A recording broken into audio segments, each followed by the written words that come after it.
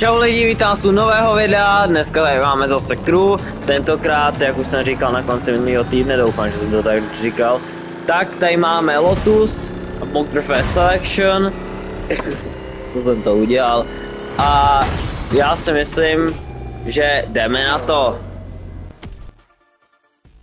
Tak jak můžete vidět, jak už jsem říkal, je to o Lotusech všechno tento týden. Za odměnu to je bronz 100 000 XP, za silver 100 000 peněz, za gold je gold window tint a za platinum je Lotus Emira Gold Shadow Edition. Což je docela zajímavý auto, který bylo i za Year One Pass. Boring. Ale teď už se dá koupit normálně. Máme tady každopádně 6 těch summit eventů. Potom tady máme 3 mini-eventy, jako vždycky, jelikož jimž jsou Solom, což je Street Tier 2, Escape, což je taky Street Tier 2, tohle je to první je na Evoru GTE, to druhý je na jen Lotus a to třetí je na Street Tier 2 na Lotus Exige S.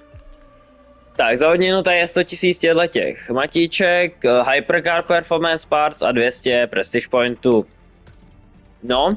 A já si myslím, že jsem podívat na auta z tohohle summitu. Tak jako první tady máme Lotus Evora GTE. Jak můžete vidět, kdybych tady nebyl nějaký bouračce, tak je to docela zajímavý auto, je už teda starší, ale je to... nevím řídit. Když se na něj podívám, už je takový starší, ale má zajímavý třeba spoiler, zdržení spoileru. Ale jo, myslím si, že se to vyplatí, tohle se mi zrovna úplně moc nelíbí, že jako ten design je takový všelijaký, ale někomu se může líbit, ale mně se spíš líbí to druhý auto a tímž je Lotus Exige S, což je vlastně sportovní verze, pokud se nepletu Lotus Ela, nebo něco takového, nejsem si jistý, je to prostě dá se říct, jo, je to Targa, tahle ta jako ne Exige, ale ta jeho nevytuněná verze. Elise možná, něco takového. To si můžete vygooglit a když tak mě opravit. Ale je to docela rychlý auto tohle, myslím si, že se i docela vyplatí, že i designově je hezký. A z tohohle auta, teda ne konkrétně z tohohle, ale ze starší generace, bylo dělaný Hennessy Venom GT, což byl vlastně, což je americký, teď bylo, nebo teď už není, ale bývalo nejrychlejší auto na světě, teď je to Venom F5, Hennessy taky. No a jelikož neumím řídit, tak si myslím, že se jdem podívat na nějaký ten event. Tak jsem tady, jak můžete vidět, vzal jsem toho speciálního Lutuse. Jak můžete vidět, podle mě tohle, ten polep je odkaz na formulový Lotus, kde vlastně oni měli černo-zlatou liverku, vlastně úplně původní, i tenhle co závodil v roce 2013, něco takového. A myslím si, že tohle je docela auto, jako nevím, jestli se úplně vyplatí ho tryhardit jako jeho získání, ale to už asi na osobních preferencích, to je blbě řečeno, ale jo, asi si každý dokáže rozhodnout. Podle mě to auto může mít 6válec, anebo možná i 4válec, ale to si nejsem jistý, od AMG. A ještě k tomu bundlu, když se vrátím, tak ten stojí přesně 530 000 $, což je docela v pohodě. Na zase takový levnější bundle, což je dobře, protože pro neúplně bohatý hráče ty poslední, no nejenom týdny, poslední měsíc a jeden týden byly takový dost finančně vysilující, ale ne samozřejmě v realitě, ale jako herně. Jak můžete slyšet, tohle auto má nejspíš, buď to je to hybrid, nebo to má supercharger, jedno z toho. Má to takový divný zvuk, ale je to možný, že to bude spíš asi hybrid. Už si nemyslím, že supercharger by spínal takhle do dlouho, jako do vysokých otáček a rychlosti. A jak vidíte, docela na ní vyhráváme, on jede v nějakým tom, ne Apollo tady je taky, ale v Arielu, jo, už jsem si vzpomněl, jak se jmenuje, Arielu, Atom. Ve finále tohle vlastně ani není ta nejvyšší verze je V8, tohle, to v čem jede, tak je jenom vlastně jako základní verze, ale stejně je to docela rychlý auto, ale proti tomuhle asi nemá šanci proti Lotusovi. Jinak Lotus je docela underrated značka, co si myslím jako, že teď, jako dřív byl takový jako, no underrated stejně, ale nebyly ty auta moc kvalitní a tak, ale teď, že o té značce se moc neví, přitom v motorsportu a tak je docela významná. Ale jelikož už nezávodí ve formuli, takže už jako, už ji lidi přestávali rozpoznávat a tak. Ne vždycky jste na vrcholu, no.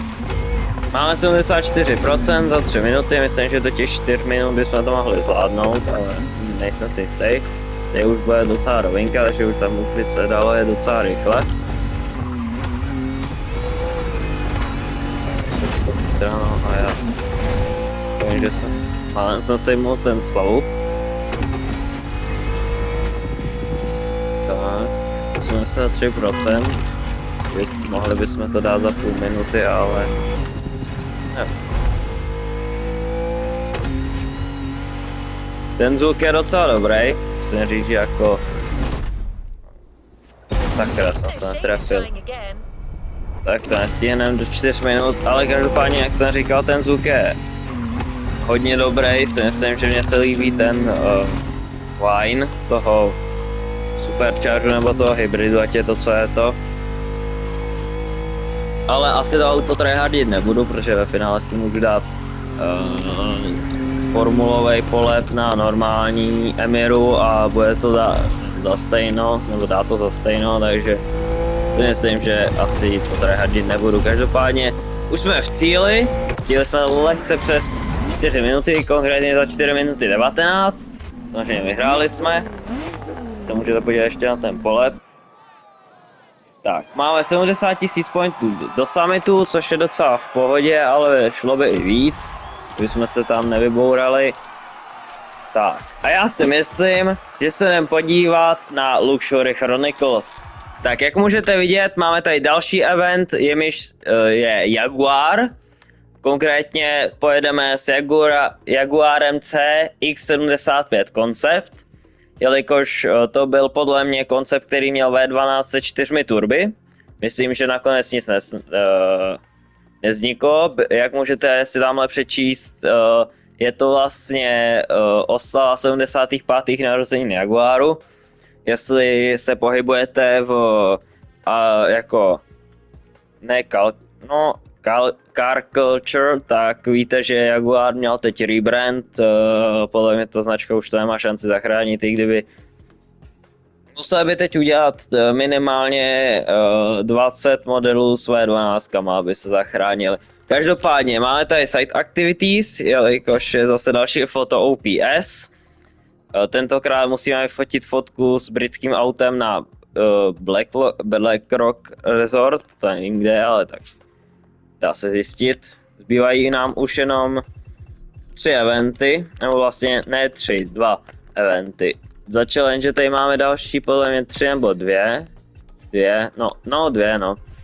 A už můžeme získat další peníze. Vlastně předtím to byl Tiny Gold Racer a teď to je 250 000 a dalších 250 000. No, ty budeme moct získat až příští den, zase předbíhám. A potom, až to skončí, tak title a další title, to je to samý, nechápu, už to tam je 2krát. Jo, to je holčičí a klučičí, dobře, no. A já si myslím, že se podívat do shopu. Tak jak můžete vidět, s propojením černo-zlatý nekončíme. Jak můžete vidět, máme tady custom bundle Lotus Evija, což je vlastně elektrický hypercar.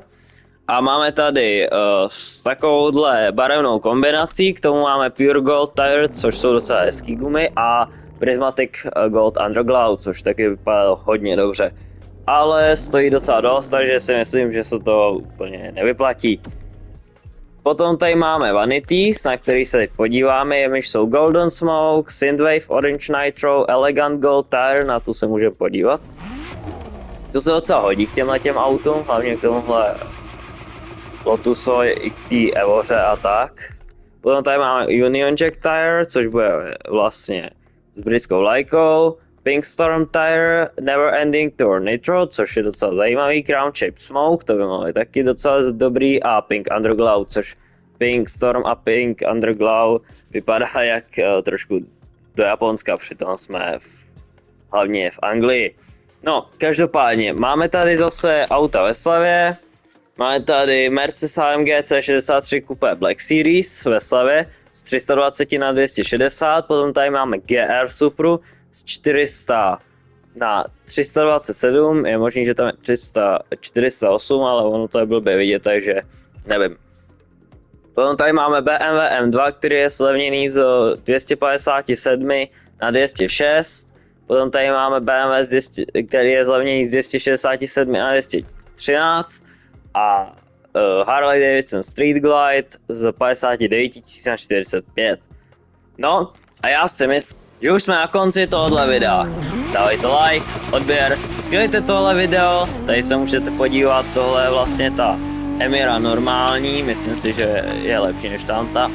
Takže jak můžete vidět, můžete si udělat takovýhle monstrum. Ale každopádně, mějte se hezky, dajte like, odběr, sdílejte, udělejte cokoliv, čím mě můžete podpořit. A zatím čus!